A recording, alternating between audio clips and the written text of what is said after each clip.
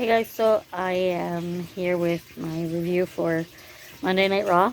I'm gonna start trying to do these for the shows each week. Okay, so Raw started out with Big E coming out. He gave some shout outs to the Astros and several others in the Houston area. Um, Talked about different things that had happened in the arena there in Houston, that kind of thing. He also gave a shout out and gave a congratulations to Xavier Woods on his winning the King of the Ring tournament. He also gave a lot of respect to Drew McIntyre for taking him to his limits in their match at Crown Jewel. But essentially said, who's next? Who? At that point, of course, we're interrupted by Seth Rollins, Rey Mysterio, Finn Balor, and Kevin Owens. These guys kind of went back and forth a little bit. So when each of them came out, all of these men have many accolades to their careers, many different title wins. It's too many to list, really, but they did, and that's okay. When Kevin Owens came out, he, though, really got on Seth about how he had beat him, to the point where Seth decided to attack him. They, of course, all ganged up then on Seth. This led to Seth ducking out of the ring, and he did not get away before Sonya Deville set up the main event. And what a main event it was. And it is something that WWE has had to do for quite some time to really get people invested. So what she set up was a fatal four-way ladder match. So we had Finn Balor, Seth Rollins, Rey Mysterio, and Kevin Owens. Huge main event. Could not wait for that. And it was actually the perfect role setup for it, having these guys come out. Each of them with their own legitimate reasons for why they should be the next contender.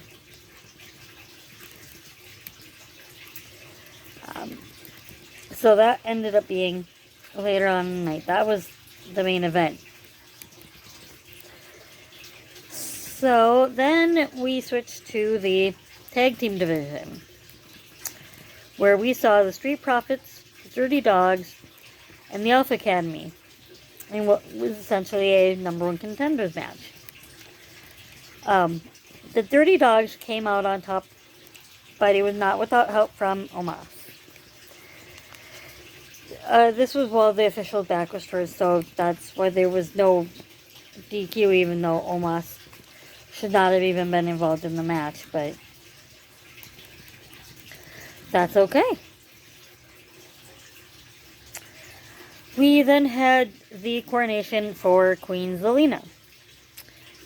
She is, of course, a heel and played that part kind of perfectly.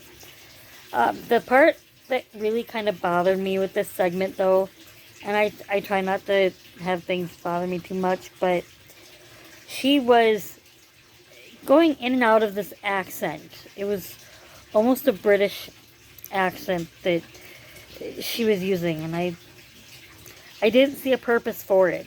She has never used a British accent. It never even came up anywhere in her speech. So I don't really know why she decided to include it. And at that point, if you're going to, why not do the whole segment instead of bits and pieces here and there?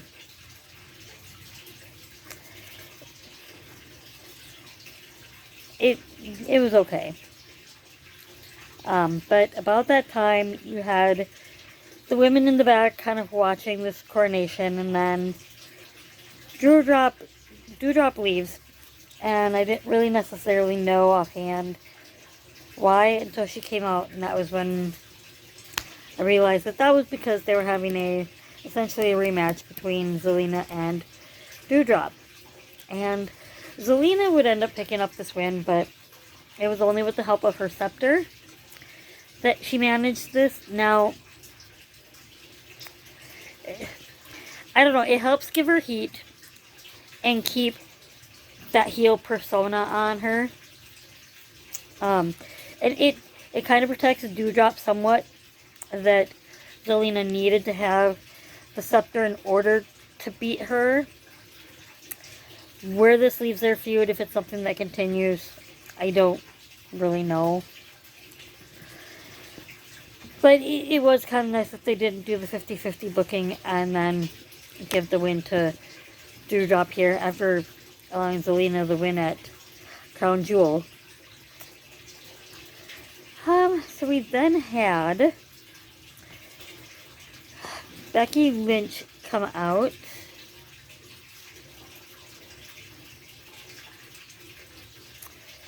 So the interesting thing to note is that when she came out, before they went to commercial break, the commentary team did bring up that the title exchange on SmackDown was a little contentious. Now, that was in-ring work. Okay? Now, what has been going around most of the weekend was that there was words backstage between Charlotte and Becky. It did not get physical, but there were words. And apparently Sonya Deville did get involved there as well. And eventually Charlotte was escorted from the arena. Now, we don't know how much of this is a work by WWE and how much of this is actual legitimate contention between these two women that had always been friends. We will see.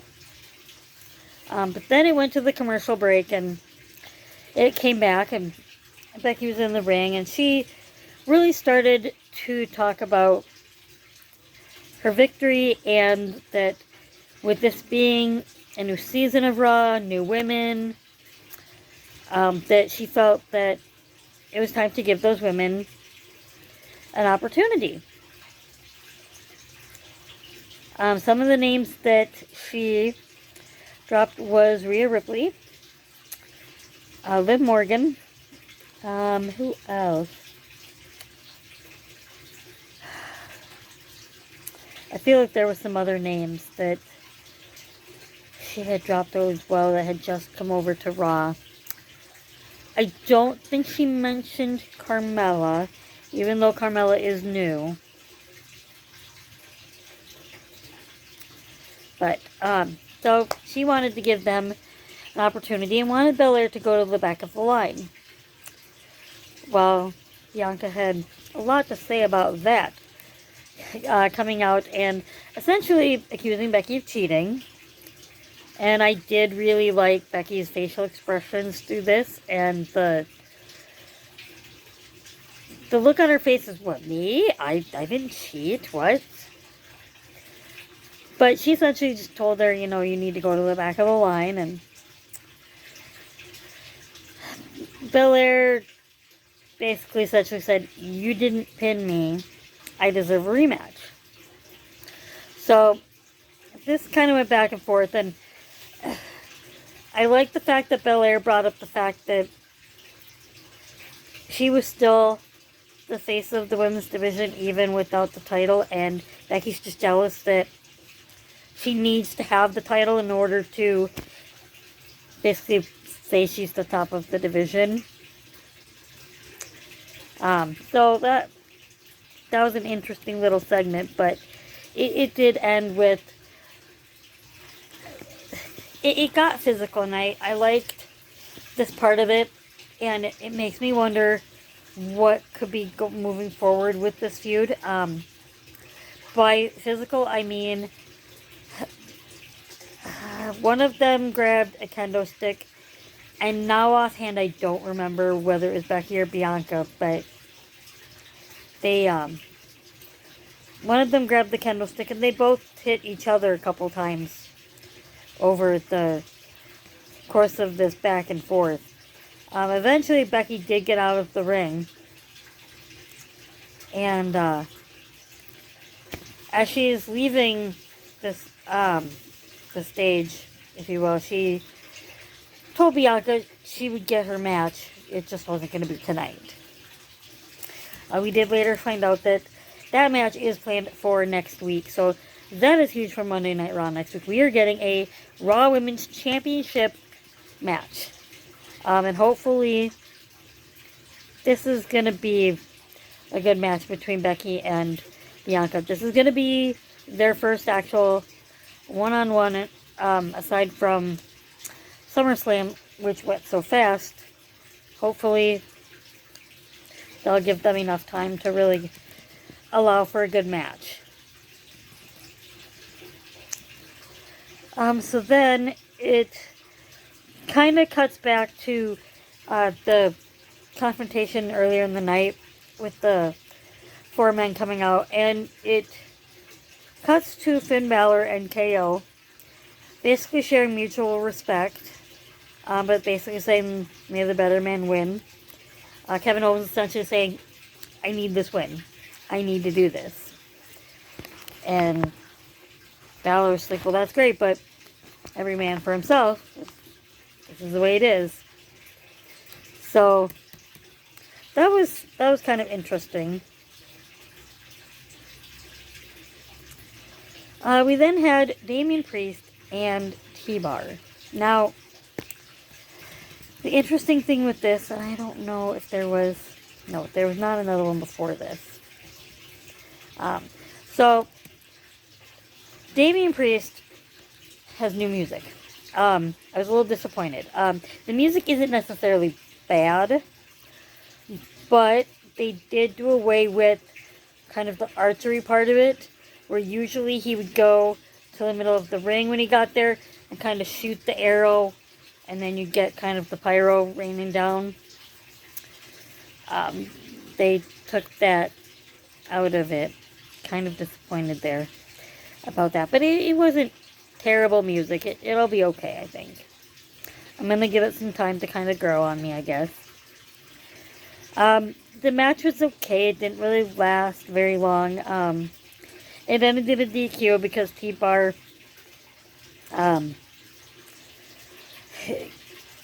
he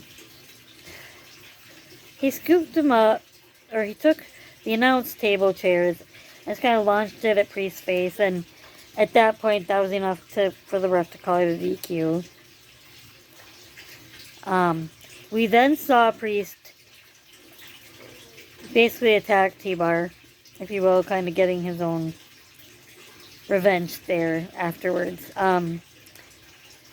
The comment that I had heard was that Priest is not smiling anymore, and he was not.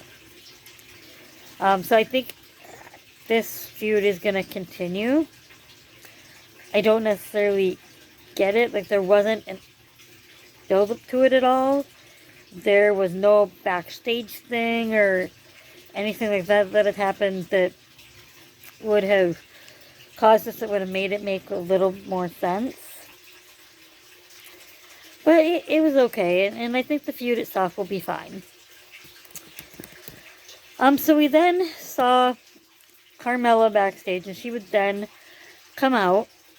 She was wearing already her diamond face mask, if you will. Her face covering. Yeah. It is what it is. I don't really care for it, but it's fine. She's a heel, and that's just what it's kind of supposed to do, I guess, is make me not like her. But she would take on Liv Morgan. Now, again here, new music. Carmella came out to new music, a new entrance. I don't know how I feel about it, but it may grow on me. So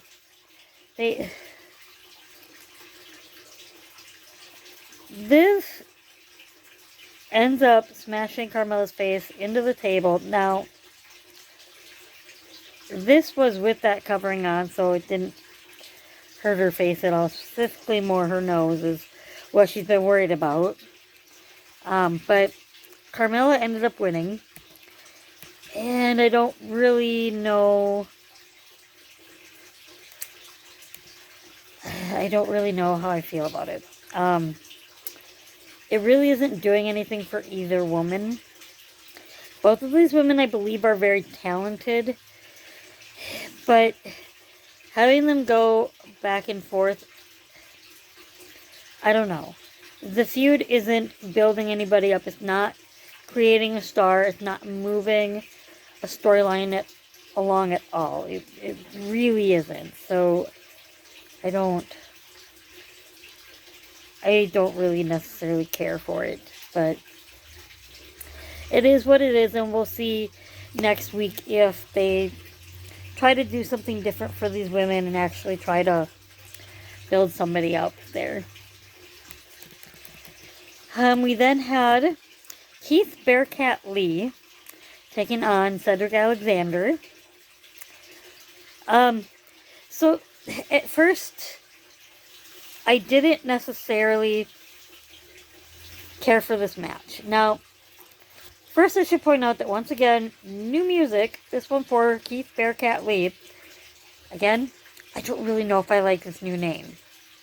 I don't know that I like the Bearcat being added to his name, but we'll see. Again, it might grow on me. I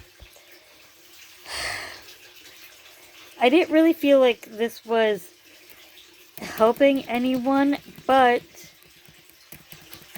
it was pointed out that it may actually be helping and moving something along. So the thing that was pointed out was that Shelton Benjamin had kind of jumped up onto the apron.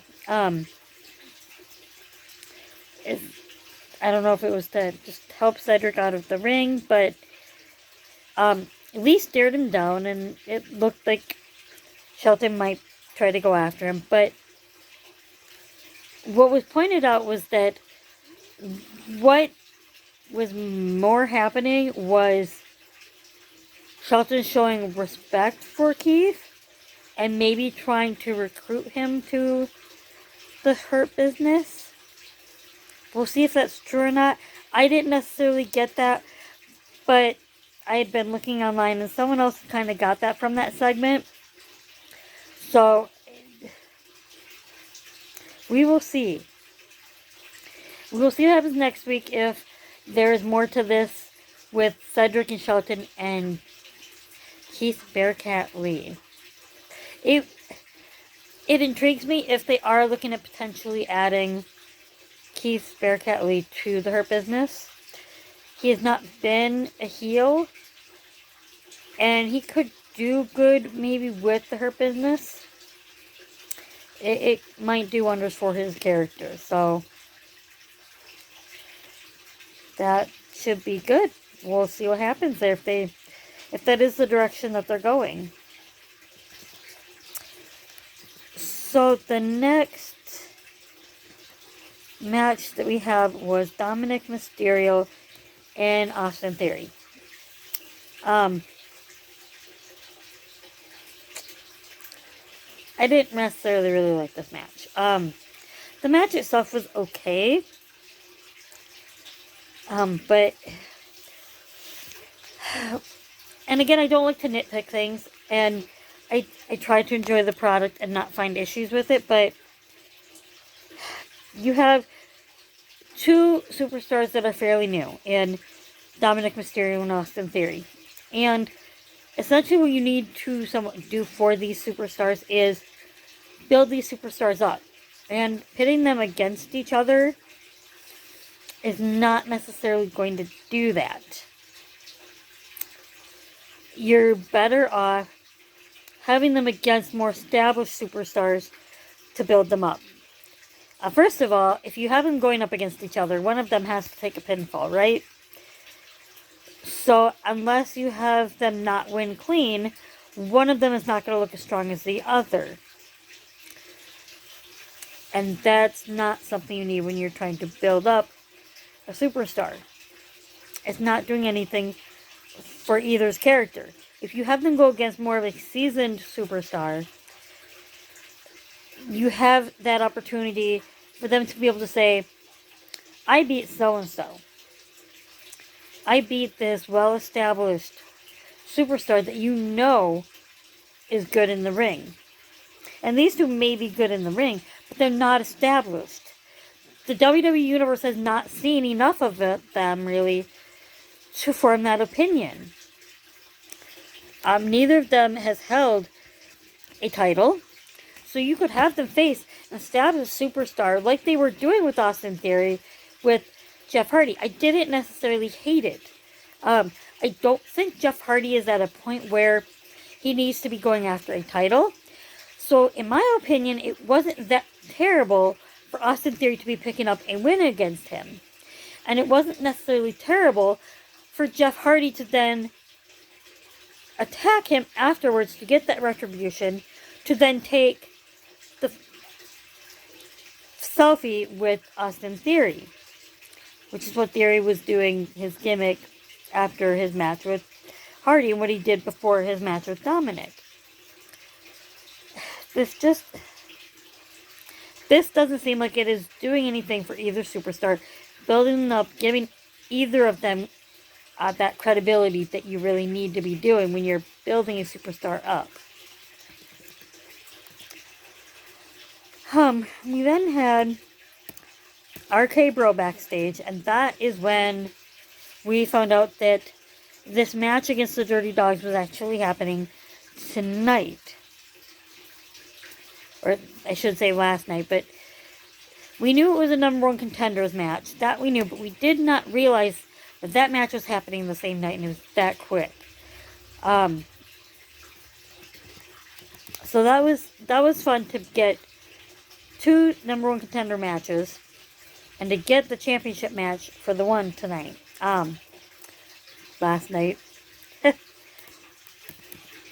So RK Bro ended up picking up the win. It was a decent match. It really was.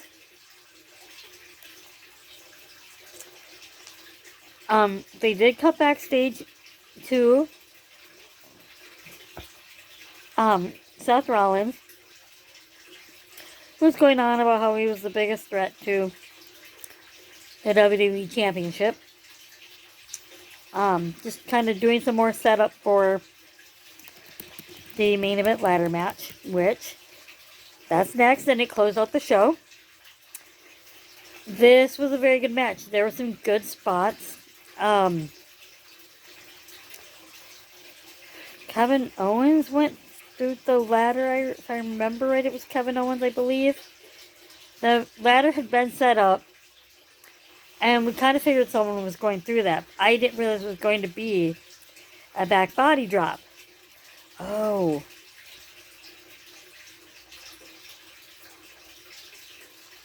It actually might have been Finn.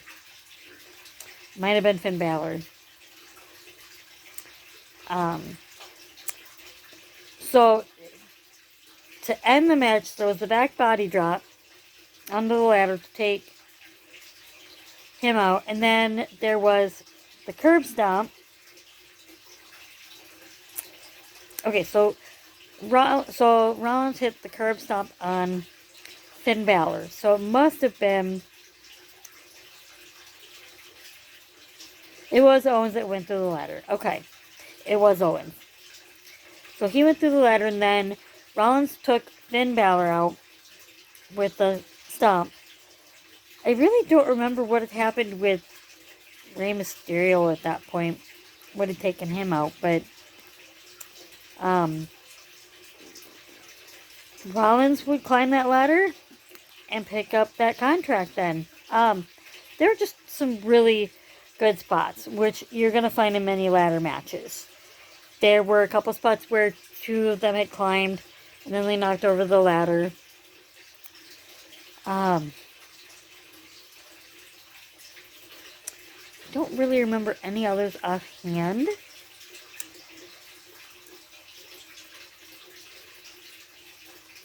There were probably some spots on the announce table, as there sometimes is in a ladder match. There were not any chairs introduced at all or anything else. It was just the ladders. But it was a good back and forth match. They gave them a good half hour almost. Which you have to do with a ladder match. You have to make it look believable that it takes that much for them to get all three competitors down to be able to climb that ladder. Because you have to almost put finishing moves on all three of your other opponents to give yourself that time to do that. And that's hard to do. Typically, by the time you get to that third competitor, the first one is kind of up already and ready to try to pull you back down.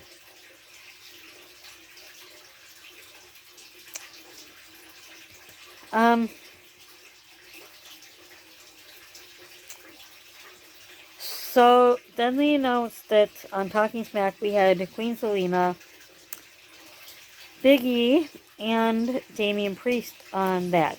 I honestly did not watch Raw Talk last night. Raw Talk. Yeah. Yeah. So we're not going to go into Raw Talk at all. Overall, I thought it was a decent show. There were the matches that I don't really know that they had a point necessarily. But it's the beginning of the season, so you have new characters coming onto the show. We'll see where it leads. I'm willing to give it a couple weeks and see what they end up doing with these feuds. And possibly, and I had thought about this earlier, with Liv Morgan and Carmella, and the fact that it isn't really doing anyone any good, but at the same time, when Becky's career really took off in 2018, it was because there was a lot of losing that she had been doing, and fans were really starting to get behind her. And then she really started winning more, and fans were really excited about that and getting behind her even more. And the feud with Charlotte just helped that really take off. So that could be kind of what they're trying to do for Liv, having all of these losses against Carmella. Hoping that that will kind of push her to, I don't necessarily want to say become angry, but more with that attitude of standing up for herself, which really kind of connects with the fans more. And I think that was what helped Becky's career take off, was that she kind of got fed up with just standing in someone's shadow and just saying, you know what, you were the better woman, you won, okay. Instead, she decided to just start standing up for herself and saying, you know what, no, I'm done saying, you know, good job. So that could kind of be where they're going with this, is pushing Liv's character to kind of stand up for herself more, which, I mean, she's been doing, but we did see a little bit of that when Carmella was having her match against Zelina Vega for the Queen's Crown tournament, and she went to go get her mask, but instead of the people that usually were holding for it, it was Liv, and she wouldn't give it to her. So we're seeing a little bit more of that. I'm not going to let you keep getting away with this thing. So we'll see kind of if that's where they're going with it. Which, if that's the case, it might not be so terrible. We'll give these things some time, and we'll kind of see where they lead. Overall, I don't think it was necessarily a terrible show. But we will see you guys tomorrow night. Or tomorrow evening. We'll go over Halloween Havoc, which is taking place tonight on NXT. So I'm gonna watch that.